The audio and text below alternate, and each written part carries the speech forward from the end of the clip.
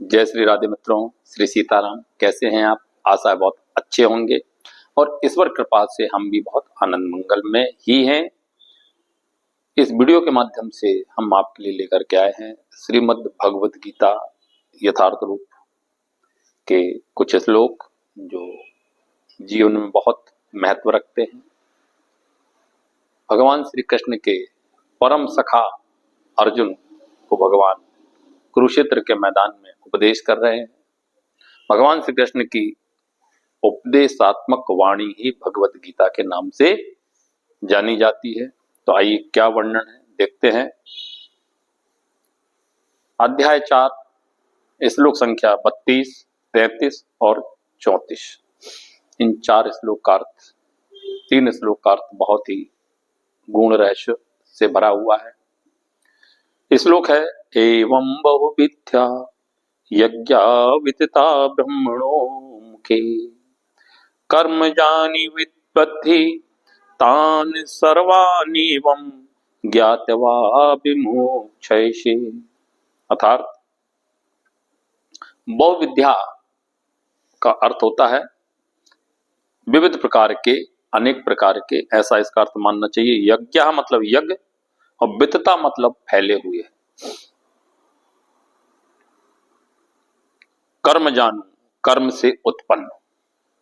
वित्त ही मतलब जानो, तान मतलब उन, सर्वान मतलब सबको, और ज्ञातवा मतलब जान करके, और विमोक्षय से मतलब मुक्त हो जाओगे। तो अब इस श्लोक का अर्थ बहुत ही स्पष्ट हो गया है।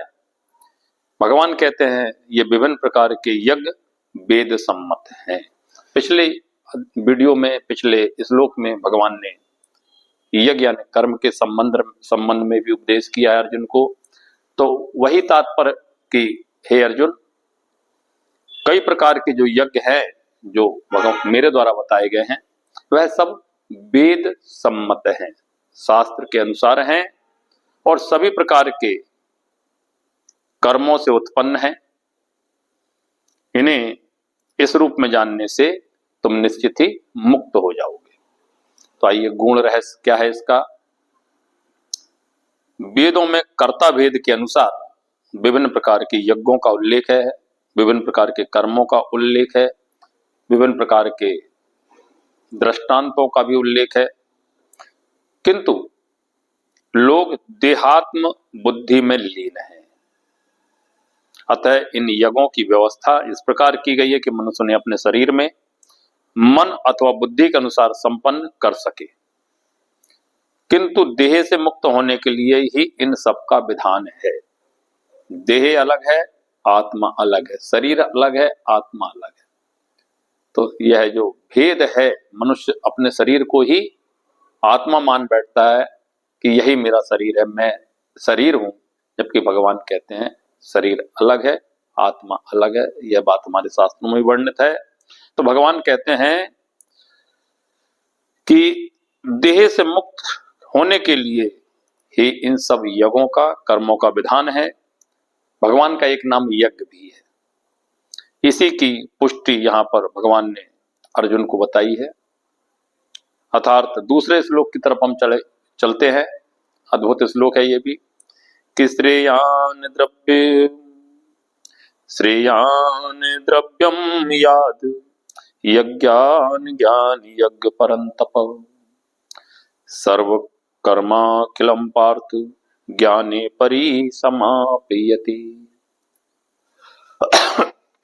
पहले शब्दों का अर्थ समझेंगे। श्रेयान मतलब श्रेष्ठ, द्रव्यमयात मतलब संपत्ति होता है, यज्ञात मतलब यज्ञ से, ज्ञान यज्ञ मतलब ज्ञान यज्ञ ही होता है। परंतप यानी हे शत्रुओं को दंडित करने वाले के लिए परंतप शब्द आया हुआ है। सर्वम मतलब सभी, कर्म मतलब कर्म, अखिलम मतलब पूर्णतः, पार्थ मतलब अर्जुन के लिए पार्थ शब्द का प्रयोग किया गया। प्रताप पुत्र को पार्थ कहते हैं। ज्ञाने मतलब ज्ञान और परिसमाप्त मतलब समाप्त होते हैं। तो अब श्लोक का अर्थ क्या है। हे अर्जुन, द्रव्यमय यज्ञ से ज्ञान यज्ञ श्रेष्ठ है। अंततोगत्वा सारे कर्म यज्ञों का अवसान दिव्य ज्ञान में होता है। भगवान ने ज्ञान योग को सर्वश्रेष्ठ माना है, ज्ञानियों को सर्वश्रेष्ठ माना है, क्योंकि ज्ञान के माध्यम से भगवत प्राप्ति होती है। आइए गुण रहस्य की तरफ हम चलते हैं कि क्या हमारे ज्ञानी जन इस श्लोक की व्याख्या करते हैं। समस्त यज्ञों का यही प्रयोजन है कि जीव को पूर्ण ज्ञान प्राप्त हो जाए, जिससे वह भौतिक कष्टों से छुटकारा पाकर अंत में परमेश्वर की दिव्य सेवा कर सके। तो भी इन सारे यज्ञों की विविध क्रियाओं में रहस्य भरा हुआ है और मनुष्य को यह रहस्य जान लेना चाहिए। कभी कभी कर्ता की श्रद्धा के अनुसार यज्ञ विभिन्न रूप धारण कर लेते हैं। जब यज्ञकर्ता की श्रद्धा दिव्य ज्ञान के स्तर पर पहुंच जाती है तो उसे ज्ञान रहित द्रव्य यज्ञ करने वाले से श्रेष्ठ माना जाता है। ज्ञान योग और द्रव्य योग में ज्ञान योग सर्वश्रेष्ठ है, क्योंकि ज्ञान के बिना यज्ञ भौतिक स्तर पर रह जाते हैं और इनमें कोई आध्यात्मिक लाभ नहीं हो पाता है।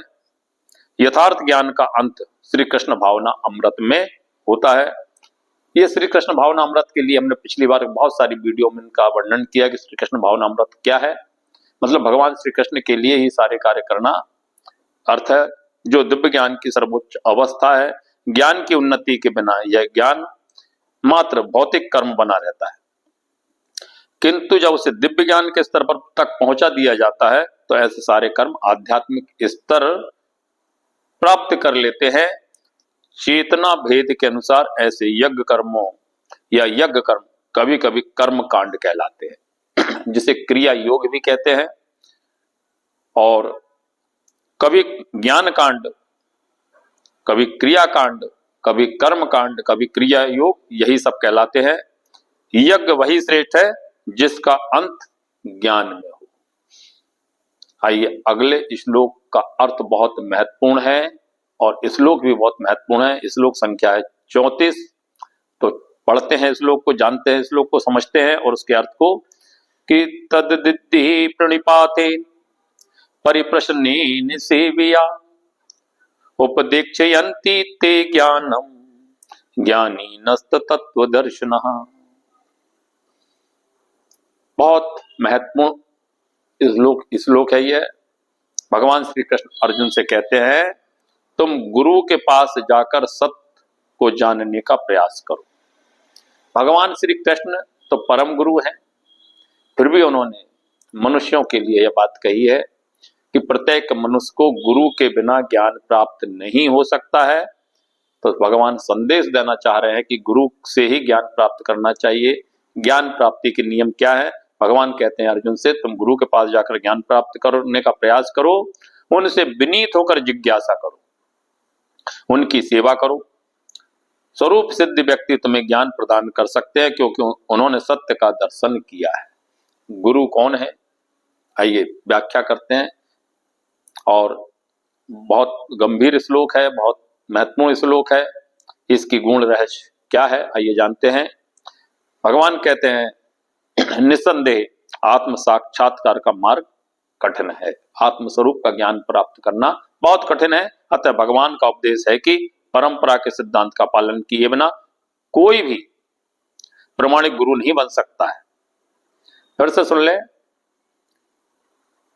निस्संदेह आत्म साक्षात्कार का मार्ग बहुत कठिन है। आत्म स्वरूप का मार्ग कठिन है, आत्म विश्लेषण का मार्ग कठिन है। ये ज्ञानी जन व्याख्या कर रहे हैं गुण रहस्य की, श्लोक की। अतः भगवान का उपदेश है कि उन्हीं से प्रारंभ होने वाली परंपरा से प्रामाणिक गुरु की शरण ग्रहण करना चाहिए। इस परंपरा के सिद्धांत का पालन किए बिना कोई भी प्रामाणिक गुरु नहीं बन सकता है। भगवान आदि गुरु है, जगत गुरु तो भगवान श्री कृष्ण ही है। अतः गुरु परंपरा का पालन किए बिना या गुरु परंपरा का ही व्यक्ति अपने शिष्य को भगवान का संदेश प्रदान कर सकता है। कोई अपनी निजी विधि का निर्माण करके स्वरूप सिद्ध नहीं बन सकता है, जैसा कि आजकल के मूर्ख वर्तमान समय में पाखंडी करने लगे हैं। भागवत का एक श्लोक है, श्रीमद् भागवत महापुराण का, और स्कंद है 6 अध्याय 3 19वां श्लोक है। धर्म तु साक्षात भगवत प्रणीतम, अर्थात धर्म पथ का निर्माण संभव भगवान ने किया है। अतएव मनोधर्म या शुष्क तर्क से सही पद प्राप्त नहीं हो सकता है, ना ही ज्ञान ग्रंथों के स्वतंत्र अध्ययन से ही कोई आध्यात्मिक जीवन में उन्नति कर सकता है। ज्ञान प्राप्ति के लिए हर मनुष्य को प्रामाणिक गुरु की शरण में ही जाना होगा।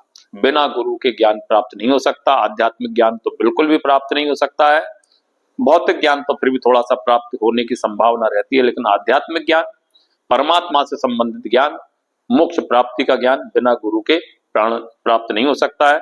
ऐसे गुरु को पूर्ण समर्पण करके ही स्वीकार करना चाहिए और अहंकार रहित होकर के दास की भांति गुरु की सेवा करनी चाहिए। स्वरूप सिद्ध गुरु की प्रसन्नता ही आध्यात्मिक जीवन की प्रगति का रहस्य है। जिज्ञासा और विनीत भाव के मेल से आध्यात्मिक ज्ञान प्राप्त होता है।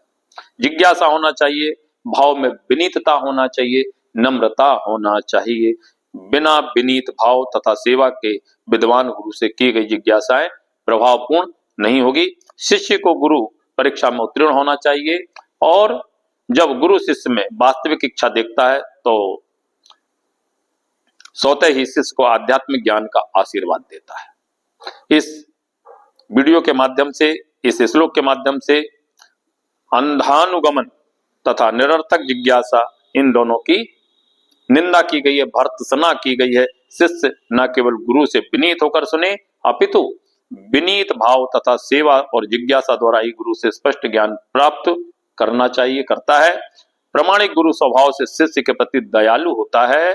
अतः यदि शिष्य विनीत हो और सेवा में तत्पर रहे तो ज्ञान और जिज्ञासा का विनिमय पूर्ण हो जाता है। बिना गुरु के ज्ञान प्राप्त नहीं हो सकता है। गुरु से ज्ञान प्राप्त करने के लिए और कौन कौन से भाव होना चाहिए, तो आइए चलते हैं अगली वीडियो में।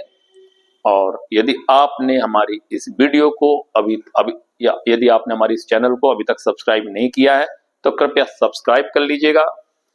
वीडियो कैसी लगी कृपया कमेंट करके अवश्य बताइएगा, लाइक भी कीजिएगा और मिलते हैं अगली वीडियो में।